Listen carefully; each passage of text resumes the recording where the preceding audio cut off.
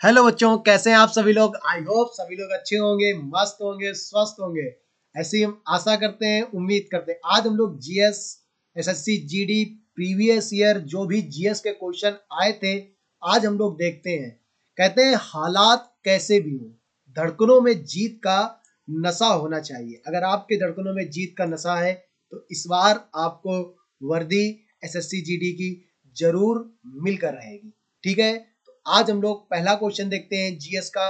देखते हैं किस तरह से एसएससी जीडी के एग्जाम में क्वेश्चन आ रहे हैं। ठीक है, तो आज का पहला क्वेश्चन है, निम्नलिखित में से कौन सा महाराष्ट्र का धन्यवाद ज्ञापन उत्सव है जहां बैलों को सम्मानित किया जाता है क्योंकि उन्हें खेती के लिए अत्यावश्यक माना जाता है। ठीक है, तो आपका पहला ऑप्शन है काला घोड़ा, काला घोड़ा कला महोत्सव, गुड़ी पड़वा, मकर संक्रांति और पोला महोत्सव। तो इसका राइट आंसर क्या होगा भाई?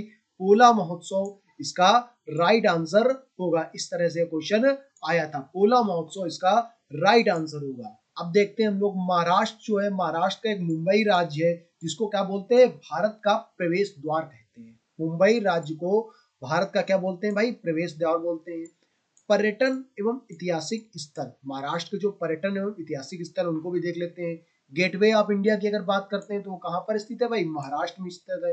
अजंता की गुफाएं, एलोरा की गुफाएं, अजंता और एलोरा की गुफाएं कहाँ पर स्थित है? औरंगाबाद महाराष्ट्र में स्थित है। सिद्ध विनायक मंदिर भी मुंबई में, ठीक है ना, मुंबई महाराष्ट्र में ही है। ठीक है, अगले क्वेश्चन की बात करते हैं, श्री साईं समाधि बाबा समाधि मंदिर शिरडी में है। इस्कॉन मंदिर कहाँ पर है? मुंबई महाराष्ट्र में है। ठीक है, तो इस तरह से हम लोग देखते हैं अगले क्वेश्चन की ओर। लिखा है मास और मार्केंसिया निम्नलिखित में से किसके अंतर्गत आते हैं? ठीक है ना, तो सहवाल के, अनावृत्ति बीजी के, और इसके बाद बायोफाइटा के, या आपको बताना है टेरिडोफाइटा के। ठीक है, तो अब बात करते हैं हम लोग मास और मार्केंसिया की। ये एक तरह के भाई देखो यार शैवाल ही होते हैं। शैवाल का एक तरह से पेड़ पौधे, छोटे मोटे पेड़ पौधे टाइप के होते हैं, और ये सभी के सभी किसके अंतर्गत आते हैं भाई? बायोफाइटा के अंतर्गत आते हैं। तो इसका राइट आंसर क्या होगा भाई? बायोफाइटा इसका राइट आंसर होगा। ठीक है, अगले क्वेश्चन की ओर बढ़ते हैं हम लोग। अगला क्वेश्चन क्या लिखा है? जगोई भारतीय शास्त्रीय नृत्य निम्नलिखित में से किस नृत्य के रूप में प्रमुख शैली है? ठीक है, मणिपुरी, ठीक है, सस्त्रिया, ओडिशा, ओडिसी और कथक। तो इसका राइट आंसर क्या होगा भाई? मणिपुरी इसका राइट आंसर होगा। अब हम लोग कुछ देखते हैं शास्त्रीय नृत्य क्या होते हैं। इसका राइट आंसर क्या होगा? मणिपुरी इसका राइट आंसर होगा। अगले क्वेश्चन की बात करते हैं। देखो शास्त्रीय नृत्य की बात करते हैं तो मुख्यतः जो है तुम्हारे 9 टाइप के शास्त्रीय नृत्य है। अगर हम बात करते हैं नौवा नृत्य कौन सा बना, तो झारखंड का, जो झारखंड एक राज्य है उसका छऊ नृत्य तुम्हारा नौवा नृत्य बना था। ठीक है, ये क्वेश्चन एग्जाम इंपॉर्टेंट है भाई। नौवा नृत्य कौन सा बना था? तो इंपॉर्टेंट क्वेश्चन है, इसको इसको डाल लेना भाई इंपॉर्टेंट। अगर आप स्क्रीनशॉट ले रहे हो तो इसको लिख लेना कॉपी में या स्क्रीनशॉट ले लेना। बाकी आपको क्लास की जो पीएनजी है वो हमारे टेलीग्राम चैनल पर मिल जाएगी। वो टेलीग्राम चैनल का लिंक डिस्क्रिप्शन में दिया हुआ है, वहां से आप पीएनजी क्लास की ले सकते हो। भारत के जो 8 शास्त्रीय नृत्य जो पहले थे, जो भरत मुनि के अनुसार थे, भरत मुनि के पुस्तक पर थे, तो वो कौन कौन से थे? भारतनाट्यम था, ठीक है ना, भारतनाट्यम के बाद कथकली था, कथक था, उड़ीसी था, मणिपुरी था, मोहिनीअट्टम था, कुचिपुड़ी था और सत्रिया नृत्य था। ठीक है, तो इस तरह से भारत के ये 8 नृत्य थे। अगले क्वेश्चन की ओर बढ़ते हैं। अगला क्वेश्चन लिखा है, जीवाश्म ईंधन के जलने से होने वाले प्रदूषण को कम करने के तरीके की पहचान करें। ठीक है, तो आपको बताना है किस तरह से इसमें होने वाले प्रदूषण को कम करने के तरीके को पहचान करना है। ठीक है, तो बताना है आपको गुप्त ऊष्मा को गुप्त ऊष्मा को कम करके, कार्बन अणुओं की संख्या में वृद्धि करके, या दहन प्रक्रिया की दक्षता में वृद्धि करके, या प्रदाह के तापमान कम करके। तो इसका राइट आंसर क्या होगा भाई? दहन प्रक्रिया में दक्षता में वृद्धि करके। इसका राइट आंसर क्या होगा? दहन प्रक्रिया की दक्षता में वृद्धि करके आप क्या कर सकते हो? जीवाश्म के जलने वाले प्रदूषण को कम कर सकते हैं। ठीक है भाई, अगले क्वेश्चन की बात करते हैं। निम्नलिखित में से क्या 7वीं पंचवर्षीय योजना के मुख्य उद्देश्य था? 7वीं पंचवर्षीय योजना का भाई मुख्य उद्देश्य क्या था? जीवन स्तर में सुधार, खाद्यान्नों की उत्पत्ति में वृद्धि और संरचना में वृद्धि, गरीबी उन्मूलन। ठीक है, तो बताइए भाई इसका राइट आंसर क्या होगा? अगर हम बात करते हैं इसका राइट आंसर खाद्यान्नों के उत्पादन में वृद्धि। ठीक है भाई, तो इसका राइट आंसर क्या होगा भाई, खाद्यान्नों के उत्पादन में वृद्धि इसका राइट आंसर होगा। अच्छा एक बात और है भाई, 20 क्वेश्चन होने के बाद कमेंट में यार जरूर बताना तुम्हारा स्कोर कितना था। किसी के 15 सही होंगे, किसी के 10 सही होंगे, ठीक है ना। जो भी जितने सही हो सब लोग कमेंट में भाई स्कोर जरूर बताना भाई, ठीक है। सातवीं पंचवर्षीय अगर योजना की हम बात करते हैं, और तो ये क्या थी, 1985 से 1990 के बीच में थी सातवीं पंचवर्षीय योजना। ठीक है, और हम बात करते हैं सातवीं पंचवर्षीय योजना किसके नेतृत्व में थी, तो राजीव गांधी उस टाइम के प्रधानमंत्री थे। ठीक है ना, 1985 से 90 हमने आपको बता ही दिया। ठीक है, अगले बात करते हैं इसका उद्देश्य, वही हमने बताया खाद्यान्न उत्पादन के उद्देश्य। पहली बार देखो, एक बहुत ही इंपॉर्टेंट क्वेश्चन है, ये चीज आप एक तरह से मार्क कर लो। ये क्या लिखा है, पहली बार, ये चीज बहुत ही इंपॉर्टेंट है। पहली बार सार्वजनिक क्षेत्र व निजी क्षेत्र को प्राथमिकता मिली थी।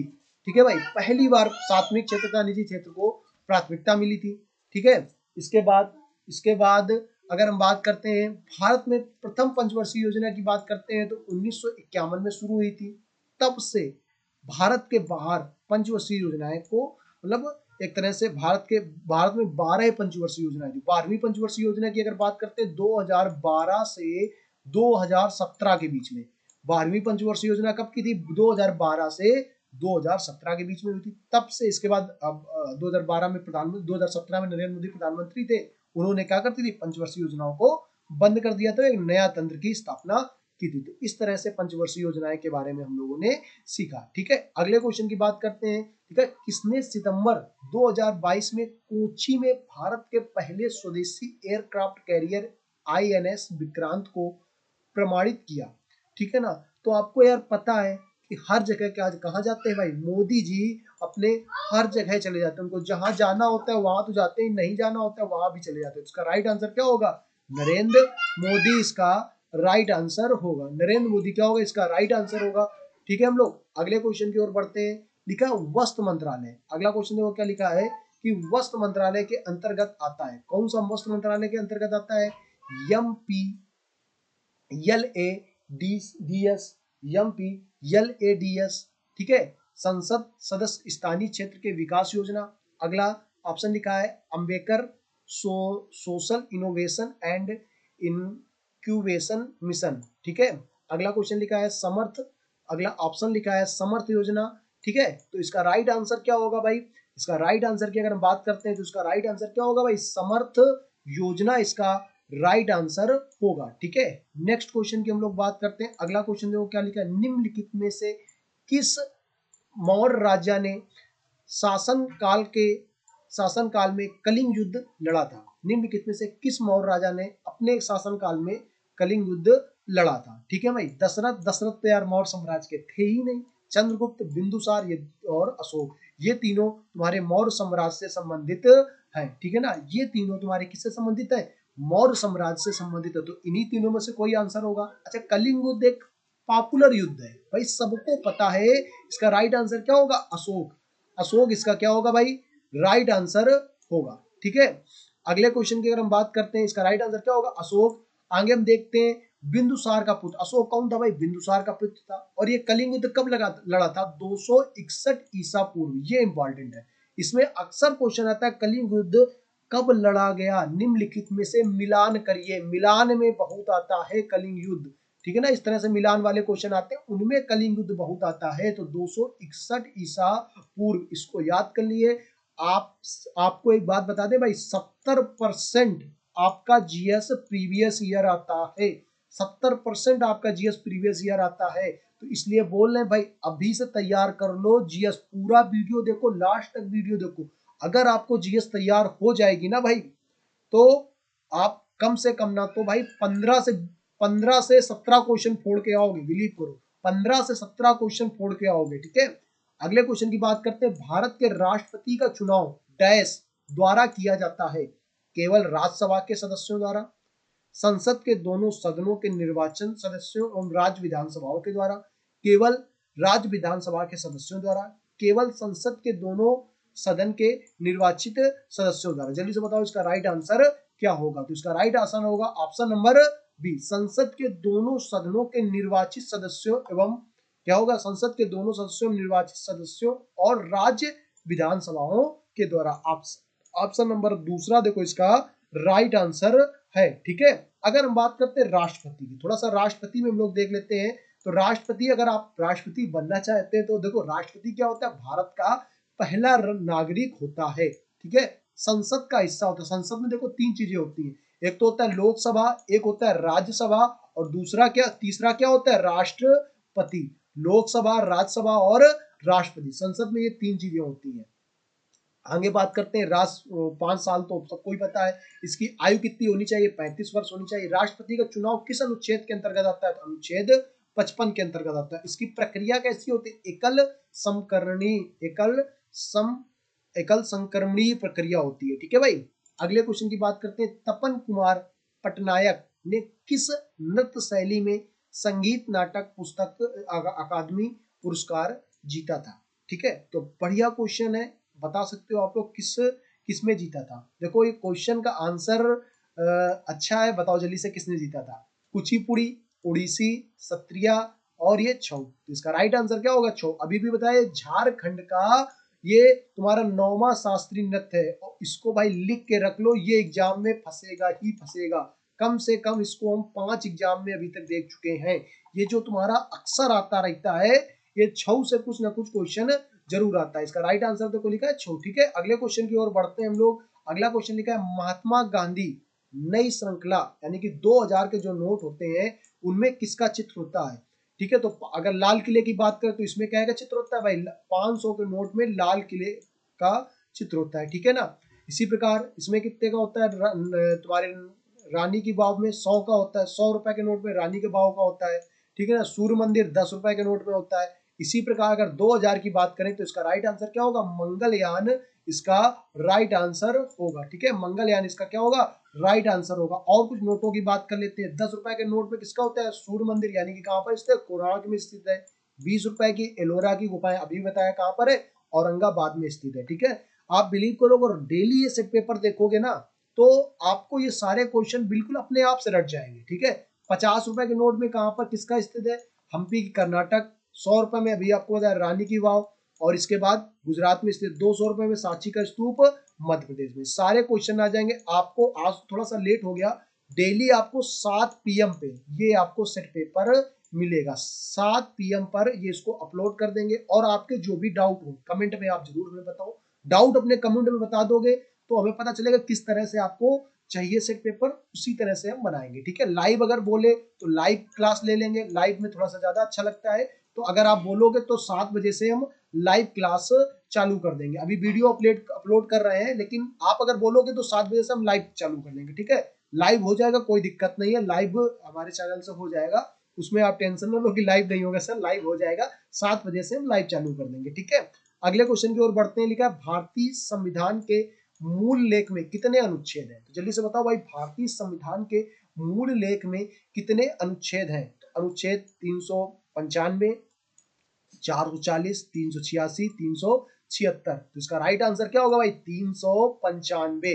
अगर हम भारतीय संविधान की अगर बात कर लेते हैं तो भारतीय संविधान 26 नवंबर 1949 को भारतीय संविधान सभा द्वारा अपनाया गया था। पेपर में क्वेश्चन आता है, संविधान सभा द्वारा भारतीय संविधान कब अपनाया गया था। तो कब अपनाया गया था भाई, 26 नवंबर 1949 को।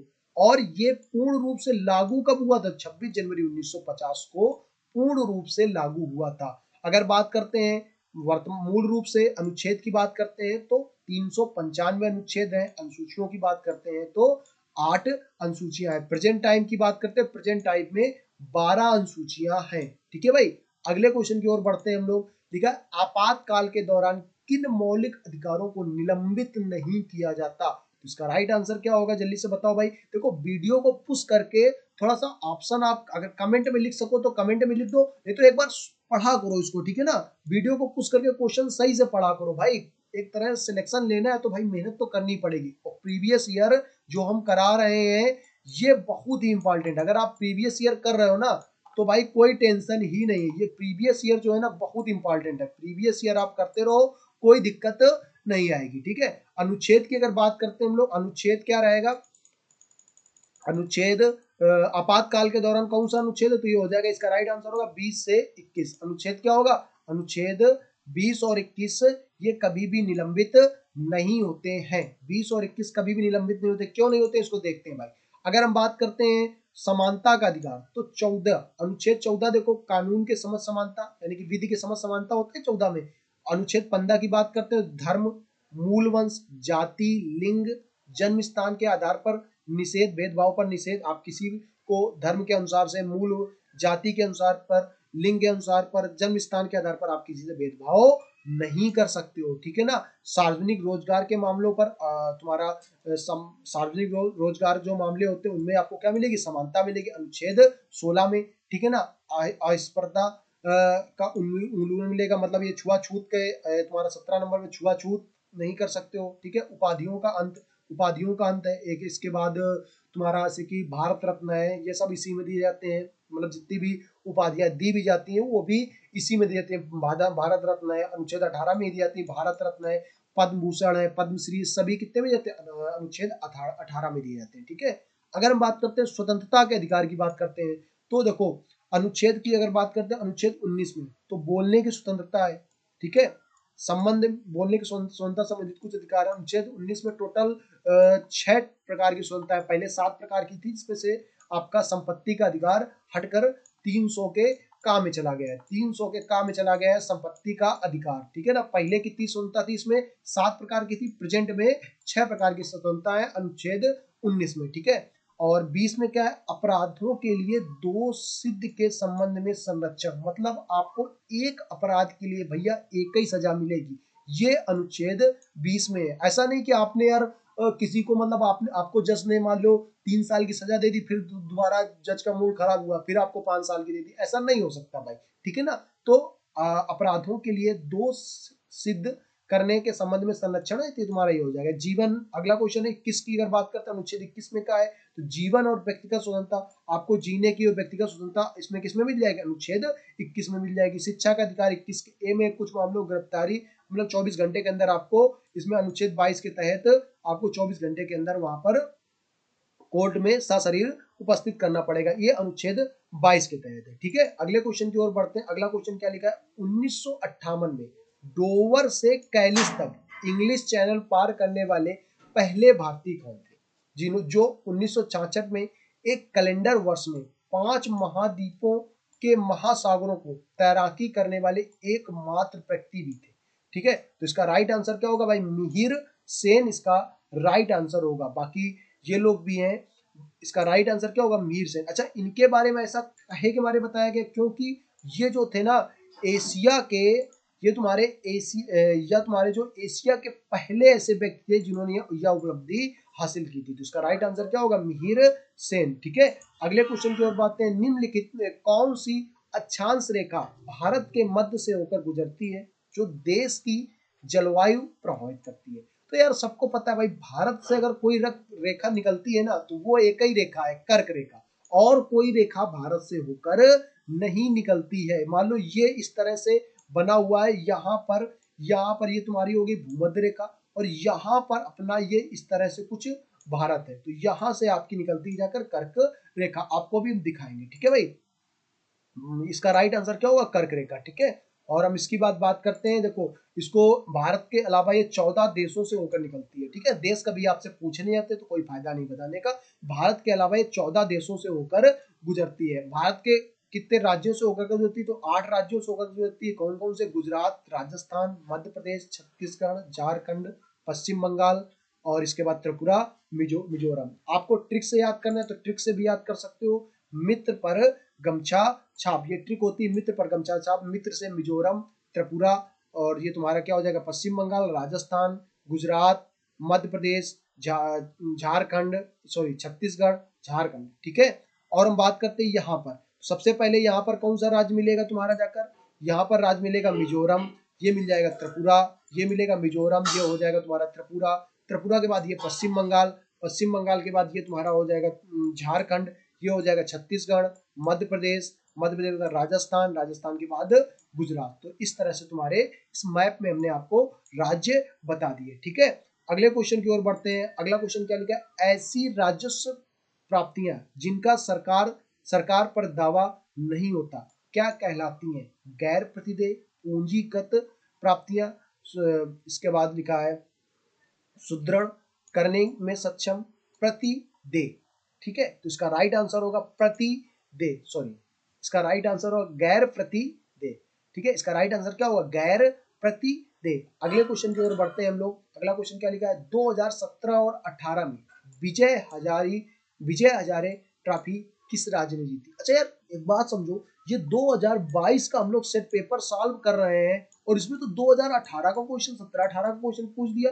भाई ये पूछ सकता है, आप उसके चक्कर में न मत पड़ो कि कब का क्वेश्चन आपसे नहीं पूछेगा। ठीक है, इसका राइट आंसर क्या होगा? कर्नाटक। इसका राइट आंसर होगा कर्नाटक। विजय हजारे ट्रॉफी 2017-18 में किसने जीती? कर्नाटक ने जीती थी। अगले क्वेश्चन की ओर बढ़ते हैं। अगला क्वेश्चन क्या लिखा है? अगस्त 2022 में उत्तराखंड राज्य के ब्रांड एम्बेसडर किससे चुना गया था? तो इसका राइट आंसर क्या होगा भाई? ऋषभ पंत, रोहित शेट्टी, अक्षय कुमार और दिनेश कार्तिक को नहीं चुना गया था। इसका राइट आंसर क्या होगा? ऋषभ पंत ने इनको ब्रांड एम्बेसडर उत्तराखंड का चुना गया था। ठीक है, अगले क्वेश्चन की बात करते हैं। भारत में अरेबिका कॉफी कौन से राज्य में उगाई जाती है? तो असम, उत्तराखंड, पश्चिम बंगाल और कर्नाटक। तो इसका राइट आंसर क्या होगा? कर्नाटक इसका राइट आंसर होगा। ठीक है, तो भारत की अगर बात करते हैं, भारत में अरेबिका कॉफी जो है कर्नाटक में उगाई जाती है। ठीक है, अगले क्वेश्चन की बात करते हैं। भारत में पहली संपूर्ण जनगणना कब हुई थी? तो पहली अगर संपूर्ण जनगणना की कभी भी बात कर ले तो 1881 में हुई थी। ठीक है, हम जनगणना से संबंधित कुछ फैक्ट आपको बताते हैं,